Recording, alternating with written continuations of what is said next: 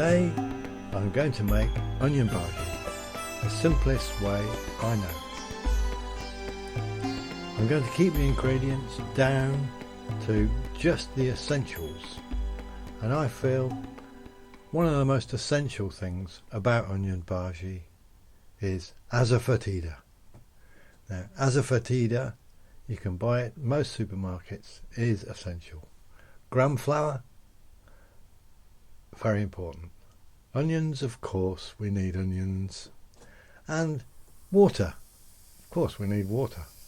They're the basic ingredients. The method, we're going to peel and chop an onion into even slices. They have to be even to make it cook evenly all the way through. So try to keep it all about the same thickness and not too thin, but also of course not too thick.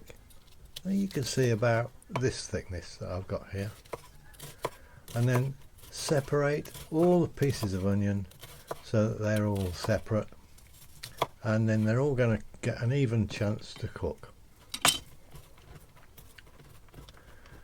Now, as I'm only going to use one onion in this recipe, all the ingredients are going to be in the quantities for one onion. So that's nice and simple. So one bird's eye chilli here, I'm going to just chop that up. So if it was 2 onions, we'd have 2 chilies, and so on. So we're going to throw this into the bowl, ready for a mix, and then I'm going to get 3 heaped dessert spoons of gram flour, put into the bowl, because we don't want it to be all about batter. We want it to be all about onions, and that's the secret to a good onion bhaji, as far as I'm concerned. That's asafoetida, but I'll put a little bit too much in. We only need a pinch. It's quite a strong flavour. Another pinch of chili powder to taste, really, and then we put the onions in and we give it all a good mix up, just to get the flour moving around a little bit, coating the onions. Not essential. Here I'm adding some chopped frozen coriander. I prefer fresh, but I've only got frozen at the moment, so it's a little bit on the black side. And mix that in. Also half a cup of water, certainly not too much water, because we don't want it too wet. All we want to do is get the onions all coated in some of the batter. We don't want them floating in the batter. This could be disastrous. A little bit of salt, and that's it. That's the mix, ready to go in the oil. Now what we don't want to do is land up with onions floating in a gloopy batter. This just doesn't work. This is how not to do it.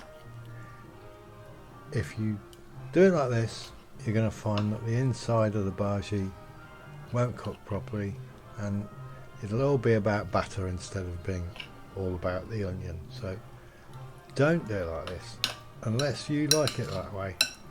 I certainly don't. So anyway, I'm going to show you how that turns out later. I'm going to cook some of that. So add your type of oil to a pan, a third full, just for safety. Then add the bhaji mix in batches to the oil at about 140 degrees C. Don't overcrowd the pan. And take them out as they brown, and you can add more to it later. Here goes with the gloopy batter. I'm going to show you how that turns out later. It's not a good look. You want the onions spaced out nicely so that the oil cooks through the whole thing. After you put a batter mix in the oil, you need to separate it from the bottom of the pan. Just scrape it off the bottom of the pan, and then it gets a chance to cook through properly.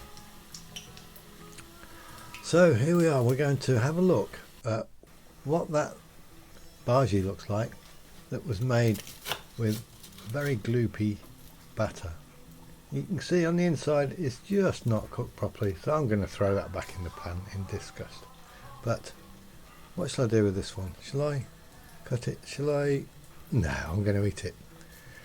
It's delicious. I don't care. So that's it basically, and the bhajis are done. Bit of lemon juice, bit of yogurt mint. Delicious. Thanks for watching.